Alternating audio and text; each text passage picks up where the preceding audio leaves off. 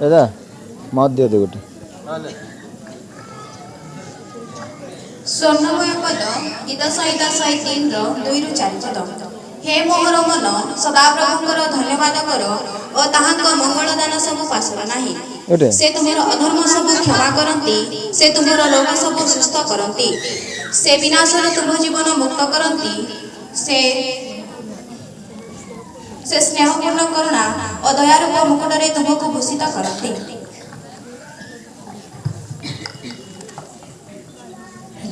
एणु जदि कहीं ख्रीष्टान ठारे अच्छी तेरे से नूतन सृष्टि होई अच्छी, पुरातन विषय सब लोप पाई अच्छी, देख नूतन विषय सब होई अच्छी। द्वितीय कोरिन्थीय 5:17 पद। पुणी ईश्वर सेमानक संगरे रहिबे ओ सेमानकर चक्षुर समस्त अश्रुजल पोछि देबे। मृत्यु आउ घटिब नाही, शोक कि क्रंदन कि व्यथा आउ हेब नाही, कारण पूर्व विषय सब लोप पाई अछि। प्रकाशित 21:4। अर्थात तुम्हें माने तुमको पुरातन आचरण संबंध जो पुरातन स्वभाव प्रवंचनार विलासिता अनुसार अधिकरू अधिक भ्रष्ट होइछि ताहाको परित्याग करबाकू पुणी जो पुणी तुमମାନଙ୍କ मनरे नूतनीकृत होई जो नूतन स्वभाव ईश्वर प्रति मुहूर्तरे धार्मिकता और सत्यर पवित्रतारे सृष्टि होइछि ताहाको परिधान करबाकू शिक्षित होइछ। स्वर्णमय पद 21:4 अध्याय 22-24 पद पचपच। मत दियो। Hello happy new year. They are new morning bad morning great is your faithfulness. Nehemiah 3 chapter verse 23. Thank you.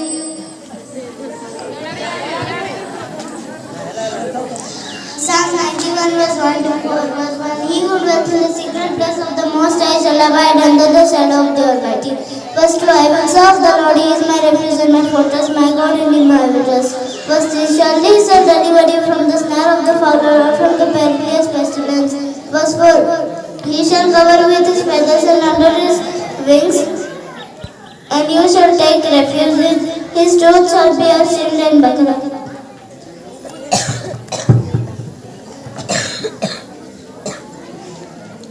एणु जदि कहीं ख्रीष्टान ठारे अच्छी तेरे से नूतन सृष्टि होइछि, पुरातन विषय सब लोप पाई अछि, देख नूतन विषय सब होइछि। द्वितीय कोरिन्थीय 5:17।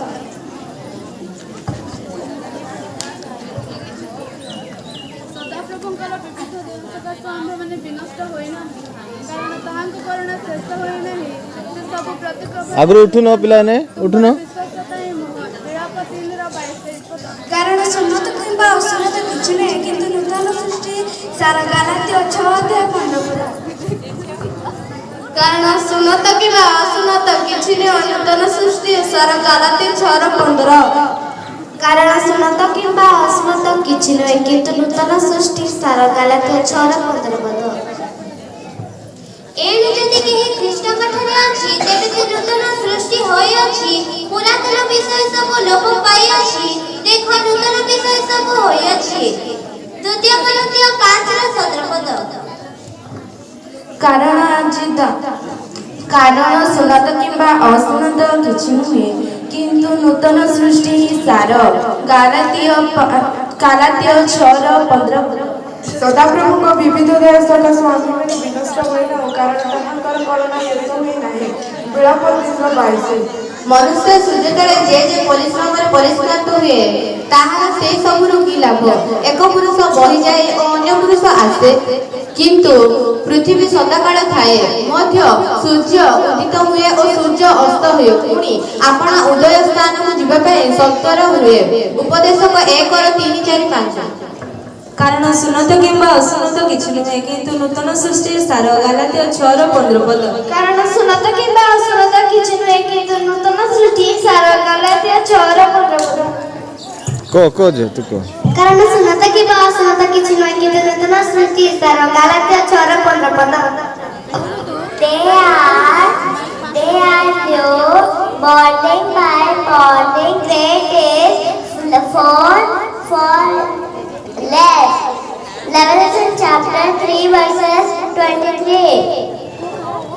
ଯେନ ଖ୍ରୀଷ୍ଟ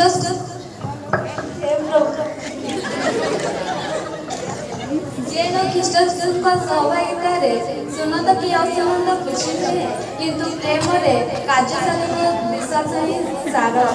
ଗାଲାତୀୟ 5:6।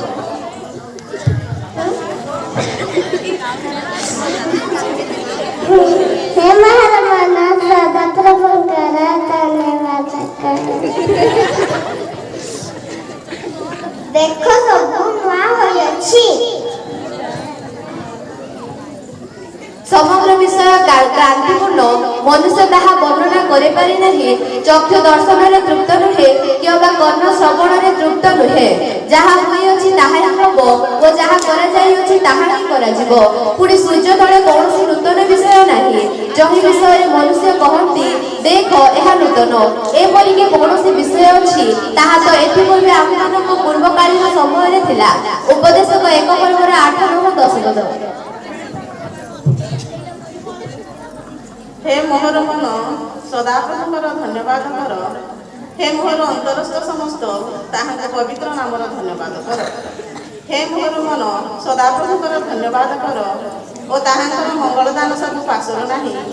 ସେ ତୁମ୍ଭର ଅଧର୍ମ ସବୁ କ୍ଷମା କରନ୍ତି, ସେ ତୁମ୍ଭର ରୋଗ ସବୁ ସୁସ୍ଥ କରନ୍ତି, ସେ ବିନାଶରୁ ତୁମ୍ଭ ଜୀବନ ମୁକ୍ତ କରନ୍ତି, ସେ ସ୍ନେହପୂର୍ଣ୍ଣ କରୁଣା ଓ ଦୟାର ମୁକୁଟରେ ତୁମ୍ଭକୁ ଭୂଷିତ କରନ୍ତି।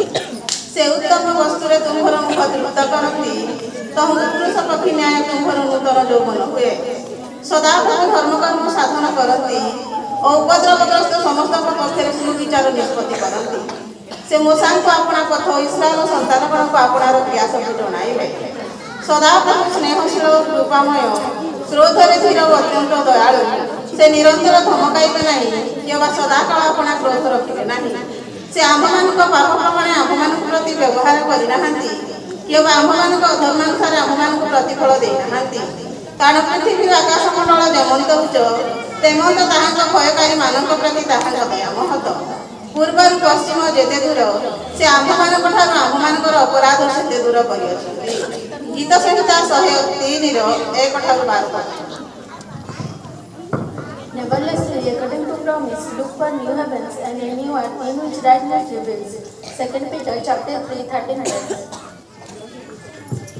ହେ ମୋହର ମନ ସଦାପ୍ରଭୁଙ୍କର ଧନ୍ୟବାଦ କର। ହେ ମୋହର ଅନ୍ତରସ୍ଥ ସମସ୍ତ ତାହାଙ୍କ ପବିତ୍ର ନାମର ଧନ୍ୟବାଦ କର। ହେ ମୋହର ମନ ସଦାପ୍ରଭୁଙ୍କର ଧନ୍ୟବାଦ କର ଓ ତାହାଙ୍କର ମଙ୍ଗଳ ଦାନ ସବୁ ପାଶର ନାହିଁ। ସେ ତୁମ୍ଭର ଅଧର୍ମ ସବୁ କ୍ଷମା କରନ୍ତି, ସେ ତୁମ୍ଭର ରୋଗ ସବୁ ସୁସ୍ଥ କରନ୍ତି, ସେ ବିନାଶରୁ ତୁମ୍ଭ ଜୀବନ ମୁକ୍ତ କରନ୍ତି, ସେ ସ୍ନେହପୂର୍ଣ୍ଣ କରୁଣା ଓ ଦୟାରୂପ ମୁକୁଟରେ ତୁମ୍ଭକୁ ଭୂଷିତ କରନ୍ତି, ସେ ଉତ୍ତମ ବସ୍ତୁରେ ତୁମ୍ଭ ମୁଖ ତୃପ୍ତ କରନ୍ତି, ତହୁ ଉତ୍କୃଷ୍ଟ ପକ୍ଷୀ ନ୍ୟାୟ ତୁମ୍ଭର ନୂତନ ଯୌବନ ହୁଏ। ସଦାପ୍ରଭୁ ଧର୍ମକର୍ମ ସାଧନ କରନ୍ତି ଓ ଉପଦ୍ରବଗ୍ରସ୍ତ ସମସ୍ତଙ୍କ ପକ୍ଷରେ ସୁବିଚାର ନିଷ୍ପତ୍ତି କରନ୍ତି। ସେ ମୂଷାଙ୍କୁ ଆପଣାର ପଥ ଓ ଇସ୍ରାଏଲ ସନ୍ତାନମାନଙ୍କୁ ଆପଣାର କ୍ରିୟା ସବୁ ଜଣାଇଲେ। ସଦାପ୍ରଭୁ ସ୍ନେହଶୀଳ ଓ କୃପାମୟ, କ୍ରୋଧରେ ଧୀର ଓ ଅତ୍ୟନ୍ତ ଦୟାଳୁ। ସେ ନିରନ୍ତର ଧମକାଇବେ ନାହିଁ, କିମ୍ବା ସଦାକାଳ ଆପଣା କ୍ରୋଧ ରଖିବେ ନାହିଁ। ସେ ଆମ୍ଭମାନଙ୍କ ପାପ ପ୍ରମାଣେ ଆମ୍ଭମାନଙ୍କ ପ୍ରତି ବ୍ୟବହାର କରିନାହାନ୍ତି, କିମ୍ବା ଆମ୍ଭମାନଙ୍କର ଅଧର୍ମାନୁସାରେ ଆମ୍ଭମାନଙ୍କୁ ପ୍ରତିଫଳ ଦେଇନାହାନ୍ତି। କାରଣ ପୃଥିବୀର ଆକାଶମଣ୍ଡଳ ଯେପରି ଉଚ୍ଚ, ସେପରି ତାହାଙ୍କର ଭୟକାରୀମାନଙ୍କ ପ୍ରତି ତାହାଙ୍କ ଦୟା ମହତ୍। ପୂର୍ବରୁ ପଶ୍ଚିମ ଯେତେ ଦୂର, ସେ ଆମ୍ଭମାନଙ୍କ ଠାରୁ ଆମ୍ଭମାନଙ୍କର ଅଧର୍ମ ସେତେ ଦୂର କରିଅଛନ୍ତି। ପିତା ଆପଣା ସନ୍ତାନଗଣ ପ୍ରତି ଯେ ରୂପ ସ୍ନେହ ବହଇ, ସଦାପ୍ରଭୁ ଆପଣା ଭୟକାରୀମାନଙ୍କ ପ୍ରତି ସେ ରୂପ ସ୍ନେହ ବହନ୍ତି। ଗୀତ ସଂହିତା 103 ପର୍ବର 1 ପଦରୁ 13 ପଦ ଯାଏ। ପରସ୍ପର ମିଥ୍ୟା କୁହ ନାହିଁ। ତୁମ୍ଭେମାନେ ତ ପୁରାତନ ସ୍ୱଭାବ ଓ ସେଥିର ସମସ୍ତ କର୍ମ ପରିତ୍ୟାଗ କରି ନୂତନ ସ୍ୱଭାବ ପରିଧାନ କରିଅଛ। ସେହି ନୂତନ ସ୍ୱଭାବ ଆପଣ ସୃଷ୍ଟିକର୍ତ୍ତାଙ୍କ ପ୍ରତିମୂର୍ତ୍ତି ଅନୁସାରେ ସମ୍ପୂର୍ଣ୍ଣ ଜ୍ଞାନ ପ୍ରାପ୍ତି ନିମନ୍ତେ ନୂତନୀକୃତ ହୋଇଅଛି। ଏହା ଲେଖା ଅଛି କଲୋସିୟ 3:9-10 ପଦ। କାରଣ ସୁନତ କିମ୍ବା ଅସୁନତ କିଛି ନୁହେଁ, ନୂତନ ସୃଷ୍ଟି ହିଁ ସାର। ଗାଲାତୀୟ 6:15 ପଦ। ପୁଣି ଈଶ୍ୱର ସ୍ୱୟଂ ସେମାନଙ୍କ ସଙ୍ଗରେ ରହିବେ ଓ ସେମାନଙ୍କର ଚକ୍ଷୁରୁ ସମସ୍ତ ଅଶ୍ରୁ ଜଳ ପୋଛିଦେବେ। ମୃତ୍ୟୁ ଆଉ ଘଟିବେ ନାହିଁ, ଶୋକ କି କ୍ରନ୍ଦନ କି ବ୍ୟଥା ଆଉ ହେବ ନାହିଁ, କାରଣ ପୂର୍ବ ବିଷୟ ସବୁ ଲୋପ ପାଇଅଛି। ପ୍ରକାଶିତ 21 ପର୍ବର 4 ପଦ। ସୁନତ କିମ୍ବା ଅସୁନତ କିଛି ନୁହେଁ, ନୂତନ ସୃଷ୍ଟି ହୋଇସାର। ଗାଲାତିୟ 6:15 ପଦ। କାରଣ ସୁନତ ବା ଅସୁନତ କିଛି ନାହିଁ, କିନ୍ତୁ ନୂତନ ସୃଷ୍ଟି ସାର। ଗାଲାତିୟ 6:15 ପଦ। ପରେ ମୁଁ ଏକ ନୂତନ ଆକାଶ ମଣ୍ଡଳ ଓ ନୂତନ ପୃଥିବୀ ଦେଖିଲି, କାରଣ ପ୍ରଥମ ଆକାଶ ମଣ୍ଡଳ ଓ ପ୍ରଥମ ପୃଥିବୀ ଲୋପ ପାଇଥିଲା, ପୁଣି ସମୁଦ୍ର ଆଉ ନଥିଲା। ପ୍ରକାଶିତ 21:1 ପଦ। ଏଣୁ ଯଦି କେହି ଖ୍ରୀଷ୍ଟଙ୍କ ଠାରେ ଅଛି, ତେବେ ସେ ନୂତନ ସୃଷ୍ଟି ହୋଇଅଛି। ପୁରାତନ ବିଷୟ ସବୁ ଲୋପ ପାଇଅଛି, ଦେଖ ନୂତନ ବିଷୟ ସବୁ ହୋଇଅଛି। 2 Corinthians 5:17 ପଦ। ସଦାପ୍ରଭୁଙ୍କର ଧନ୍ୟବାଦ କର, କାରଣ ସେ ମଙ୍ଗଳମୟ, କାରଣ ତାହାଙ୍କ ଦୟା ଆନନ୍ଦ କାଳ ସ୍ଥାୟୀ। ଗୀତ ସଂହିତା 136:1।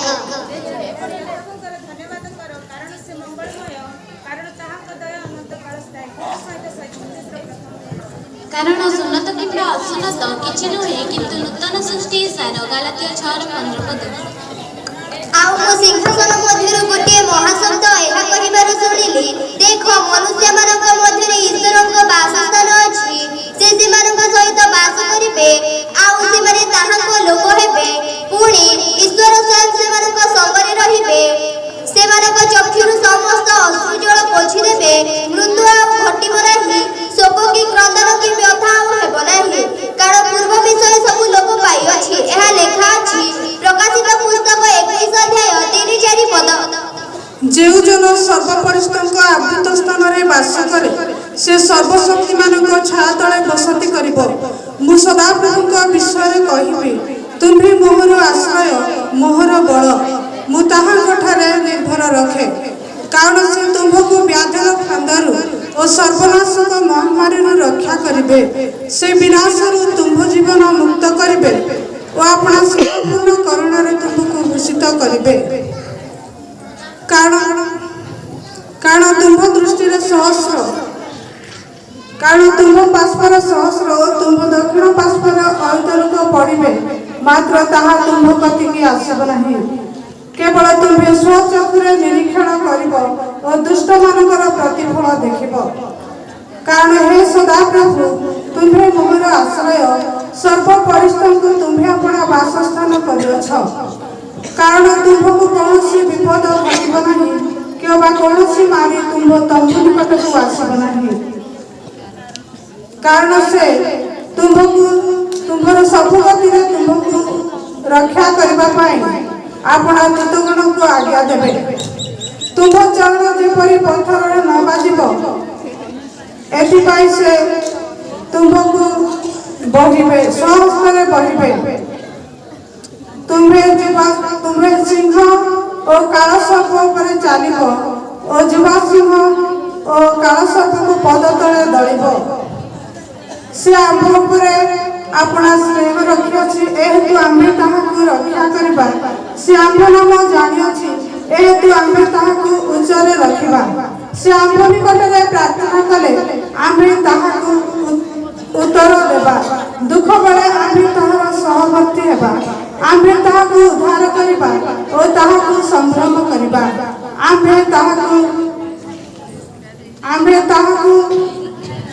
ଦୀର୍ଘାୟୁ କରିବା ଓ ତୃପ୍ତ କରିବା। ଆମ୍ଭେ ତାହାକୁ ଆମ୍ଭର ପରିତ୍ରାଣ ତାହାକୁ ଦେଖାଇବା। ଏହା ଲେଖା ଅଛି ଗୀତ ସଂହିତା 91 ପର୍ବର 1 ଠାରୁ ଶେଷ ପର୍ଯ୍ୟନ୍ତ।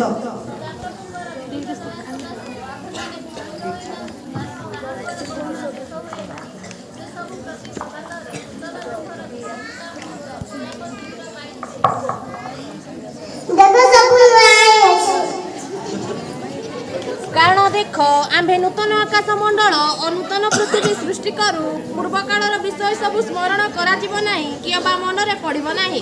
ଯେଶାୟା 65:17। ମାଧ୍ୟ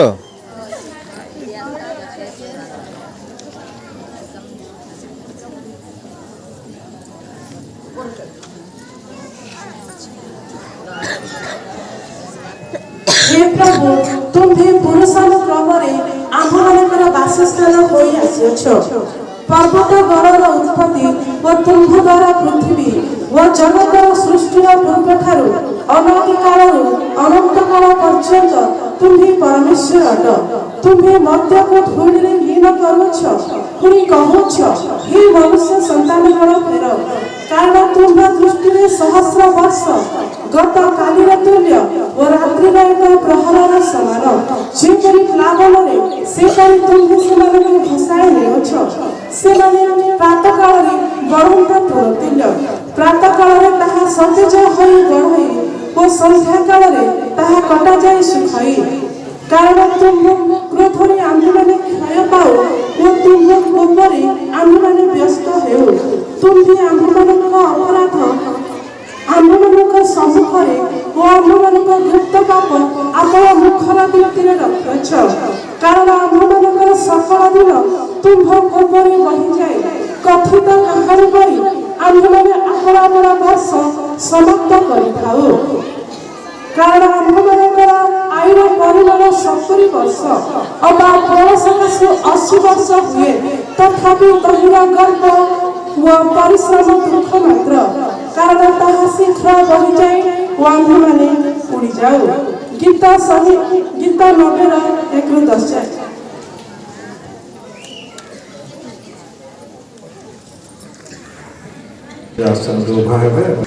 ପୁଣି ବିଶ୍ୱାସ ଦ୍ୱାରା ଖ୍ରୀଷ୍ଟ ତୁମ୍ଭମାନଙ୍କ ହୃଦୟରେ ବାସ କରନ୍ତି। ଏଫେସୀୟ 3:17।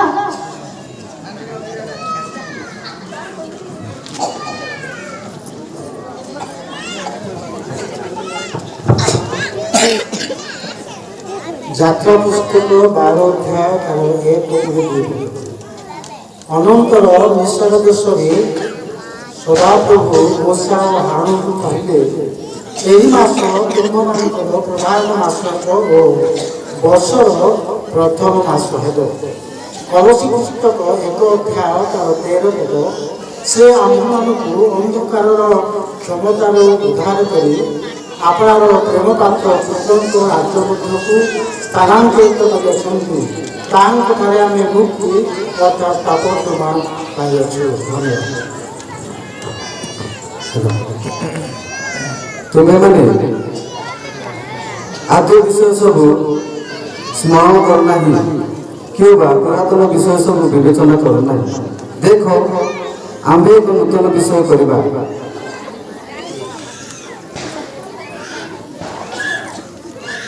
ଦେଖ, ଆମ୍ଭେ ଏକ ନୂତନ ବିଷୟ କରିବା, ତାହାକି ତୁମେମାନେ ଜାଣୁନାହ। ଆହୁରି ଆମ୍ଭେ ପ୍ରାନ୍ତର ମଧ୍ୟରେ ପଥ ଓ ମରୁଭୂମିରେ ନଦ ନଦୀ କରିବା। ଯିଶାୟ 43:18-19।